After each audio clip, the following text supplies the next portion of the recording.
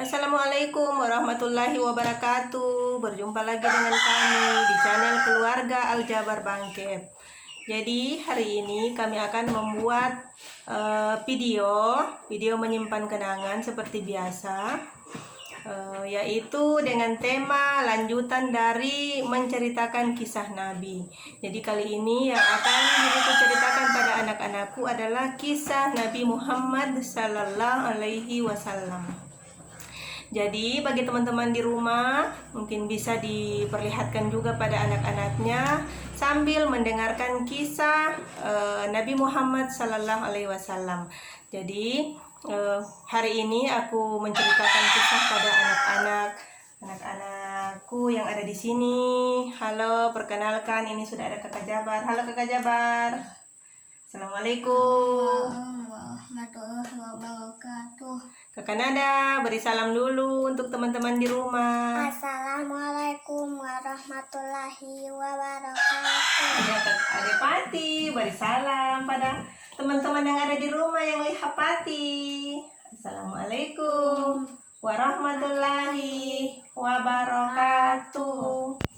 Ya, jadi untuk teman-teman di rumah, mari kita sama-sama mendengarkan kisah. Sebelumnya jangan lupa like, comment, and subscribe supaya channel kami bisa lebih berkembang dan kami lebih bersemangat untuk menyampaikan pesan-pesan yang insya Allah semoga bermanfaat. Ya, jadi kita mulai ya, dengarkan Umi menceritakan kisah Nabi Muhammad Sallallahu Alaihi Wasallam. Jadi ini adalah kisah lahirnya Nabi Muhammad Sallallahu Alaihi Wasallam. Jadi kalian sudah tahu kan Nabi Muhammad itu adalah Nabi akhir zaman, Rasulullah kita, teladan kita. Jadi setiap apa yang kita lakukan, dari bangun tidur sampai tidur kembali harus sesuai dengan yang dicontohkan oleh Rasulullah, karena kita adalah orang muslim. Jadi orang muslim itu teladannya adalah Rasulullah, pedoman hidupnya adalah Al-Quran, teladannya adalah Nabi Muhammad Sallallahu Alaihi Wasallam. Jadi kita harus mengetahui tentang, ada apa nak? Iya. Jadi kita harus mengetahui tentang kisah lahirnya Nabi Muhammad supaya kita lebih bisa mencintai Nabi Muhammad. Jadi dengarkan ya, Umi ceritakan.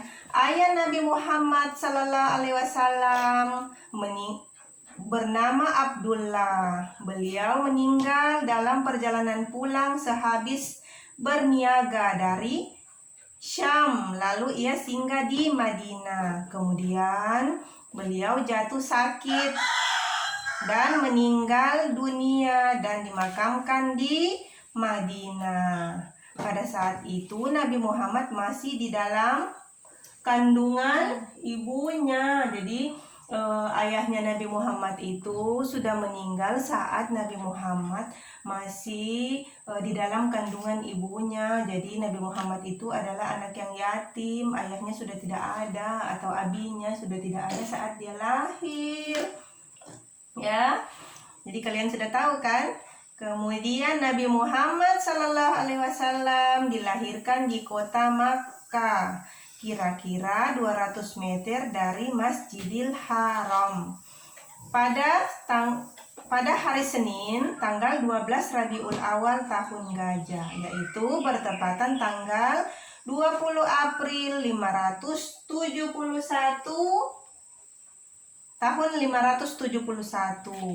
Kemudian kenapa dinamakan tahun Gajah? Ada yang sudah tahu? Kenapa dinamakan tahun Gajah, nak? Karena penyerangan gajah terhadap Ka'bah, lalu Bung Ababi menghabisinya dengan batu. Masya Allah, Kakak Jabar sudah mengetahuinya. Maka juga bisa dibilang. Apakah? Jadi kenapa dinamakan tahun gajah? Karena pada saat kelahiran Rasulullah itu ada tentara tentara bergajah, yaitu yang dipimpin oleh Abraha yang menyerang Ka'bah. Dia menyerang, ingin menghancurkan Ka'bah, tapi Allah mengirim burung ababil untuk menghancurkan tentara-tentara itu. Alhamdulillah, akhirnya Ka'bah tidak berhasil mereka hancurkan. Makanya saat hari kelahiran Rasulullah itu dinamakan dengan tahun gajah. Kemudian, namun penyerangan itu gagal total karena Allah mengirim burung ababil, ya tadi kan Umi sudah sebutkan, yang menjatuhkan batu-batu dari neraka kepada mereka, seperti yang diceritakan Allah Subhanahu wa taala dalam surah Al-Fil. dalam surah Al-Fil. Surah Al-Fil kan artinya surah Al-Fil Gajah. iya. Jadi itu kisah tentang penyerangan tentara bergajah itu diceritakan atau diabadikan oleh Allah Subhanahu wa taala di dalam Al-Qur'an pada surah Al-Fil. Oke, kalian sangat pintar, Masya Allah. Kemudian tentang Rasulullah, pertumbuhan badan Muhammad begitu cepat, umur 3 bulan dapat berdiri.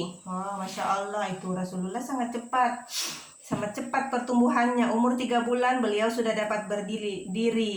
Umur 5 bulan Rasulullah Muhammad SAW sudah dapat berjalan. Kemudian umur 9 bulan telah cukup kuat dan berbicara lancar. Masya Allah, itu sudah merupakan tanda-tanda kenabian Rasulullah Muhammad SAW. Itu dia cepat pertumbuhan dan perkembangannya. Beda dengan kita.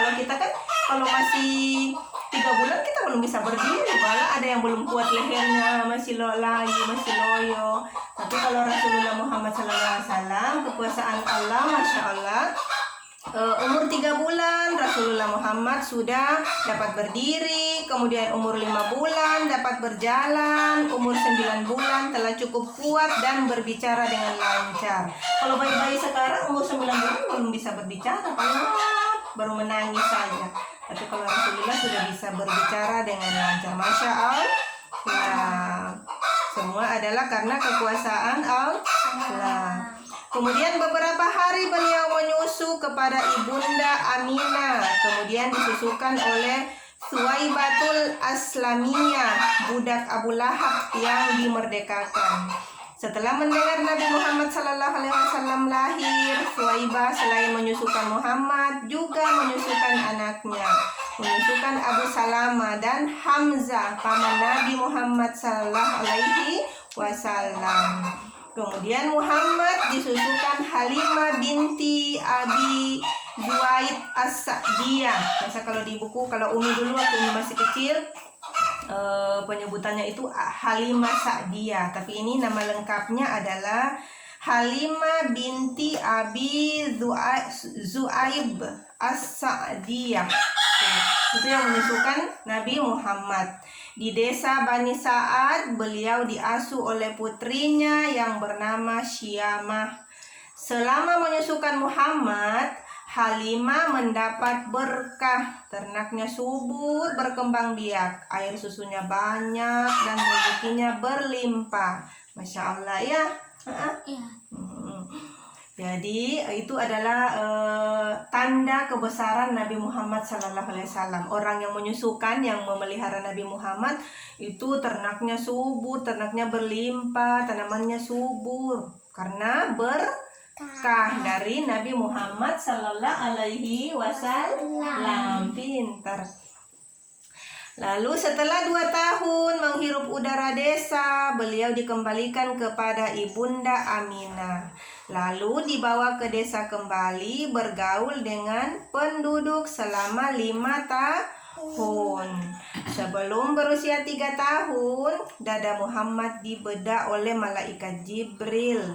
Ketika berusia 6 tahun, ibunya Aminah meninggal dunia di Abwah, kota di Madinah, ketika berziarah di makam ayahnya. Siapa namanya ayahnya Nabi Muhammad? Abdullah.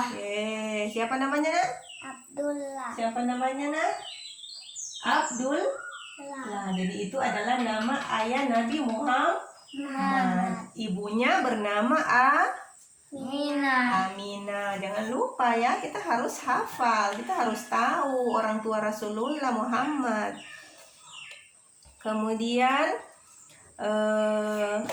ibunya tadi meninggal di Abwa, kota di Madinah, ketika berziarah di makam Abdullah, ayahnya Nabi Muhammad. Berziarah itu dia pergi berkunjung ke kuburannya ayahnya Nabi Muhammad. Lalu ibunya meninggal di perjalanan karena kelelahan, kecapean. Jadi meninggal. Itu juga sudah Allah tentukan ya. Kemudian maka jadilah Nabi Muhammad Sallallahu Alaihi Wasallam yatim piatu. Lalu beliau diasuh oleh kakeknya Abdul Muthalib. Setelah kakeknya meninggal, beliau diasuh oleh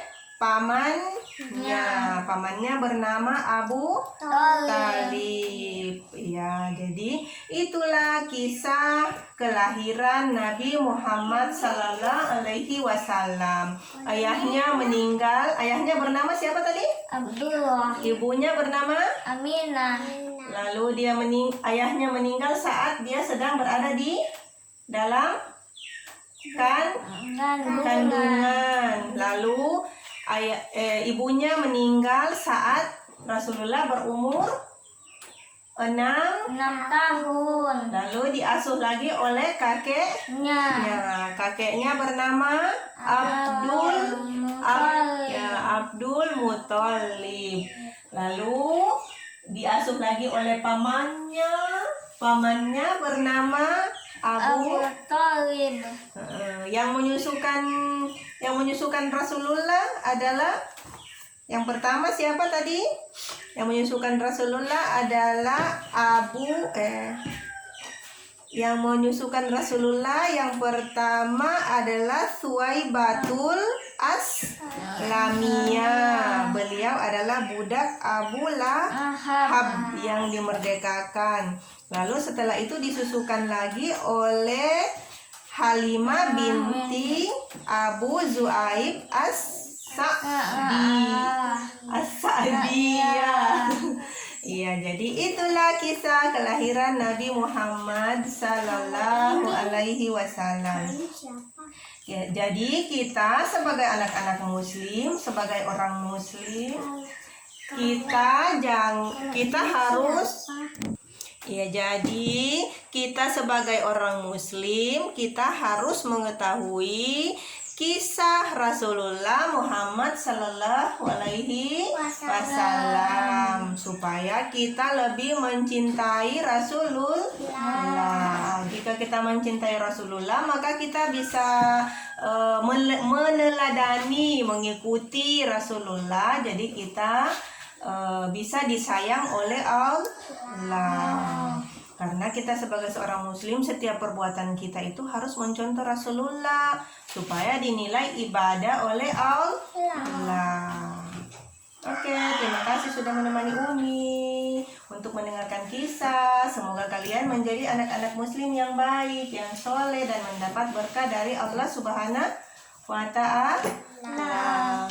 Oke, teman-teman semuanya, terima kasih sudah mengikuti kegiatan kami, mendengarkan kisah, sudah mengikuti kegiatanku menemani anak-anak untuk menceritakan kisah Nabi Muhammad Sallallahu Alaihi Wasallam.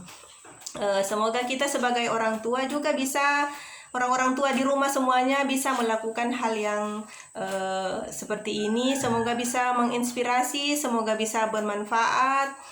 Dan kalau bukan kita, siapa yang akan mengajari anak-anak kita untuk memperkenalkan.